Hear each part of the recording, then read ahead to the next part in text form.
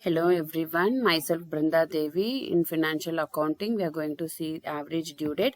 Already we have seen two part in this average due date. Today we are going to see when the due date falls on the gazetted government holiday. This is the sum where Elil has certain dues which has to be carried out by Satya. Satya want to pay off on 18th March and 14th July. Interest rate is 8% per annum, which is taken into consideration. The due dates are 10th January, 26th January, 23rd March and 18th August. Since 26th January and 18th August are declared as the holiday. For this we have to determine the amount for 18th March and 14th July. We all know that we have to find out the base date from the due date. Out of due dates, the earliest date is considered as the base date. So 10th January is declared as the base date since it is the earliest due date. Second is 26th January, since it is a nominal date but it is declared as a holiday, so we are taking 25th January as the due date for the actual calculation. 23rd March is said to be the working day, so no change in that. 18th August is declared as a Sunday holiday, so we are taking the previous date. 17th as the actual date for the calculation. So 26th January and 18th August are declared as holidays. We are taking the previous date as the actual one for the calculation. So 25th January and 17th August. With the help of this, we are going to find out the third column. We have to calculate the number of days. From the base date, everything lies under 0. Since 10th January is the base date, the number of working days is 0. The second due date is 25th January. So from 10th to 25th January, only 15 days are there. Next due date is 23rd March. From 10th January to 23rd March, there are 72 days. In January, 31 days. The first date starts on 10th. So in that 21 days, in February, 8 days, in March 23 days.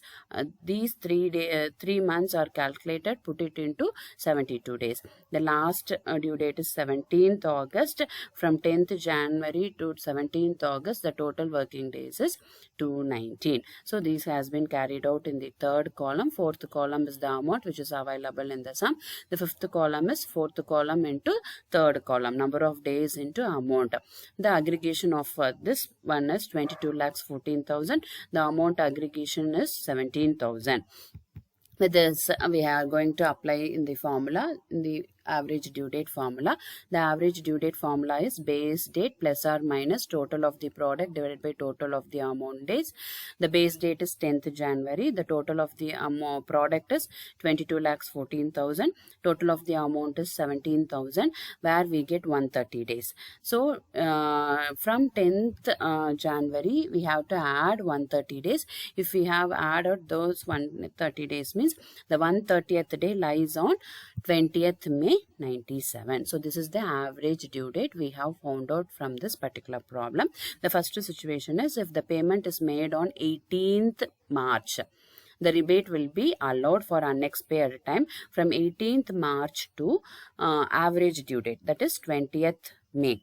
There are totally 63 days. He has to pay the discount value of the amount for this 63 days. Now, what is the formula means? The amount, the total amount into percentage of interest into number of days divided by 1 year. So 17,000 into 8 by 100 into 63 days. This 63 days is taken from 18th March to 2597. Because 18th March is the payment that has to be carried out. The average due date is on 20th May. So from 18th March to 20th May, there are 63 days. For this 63 days, we are calculating and finding out the amount, which is 234.74. This has to be deducted from the total amount. So 17,000 minus 234.7. So the actual amount to be paid on 18th March is 16,765.26 amount. Next, we have to find out for the second situation. The second situation is on 14th July. If the payment is deferred to or paid on 14th July 97. Interest to be paid from average due date. The average due date is 20th May. So from 20th May to 14th July, there are totally 55 days.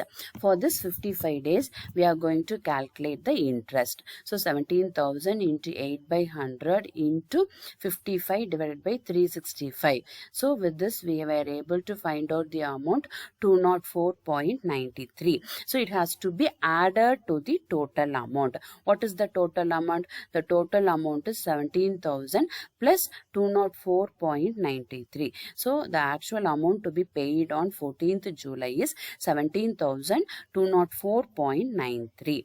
So thank you for your patient listening. Thank you, girls. Thank you.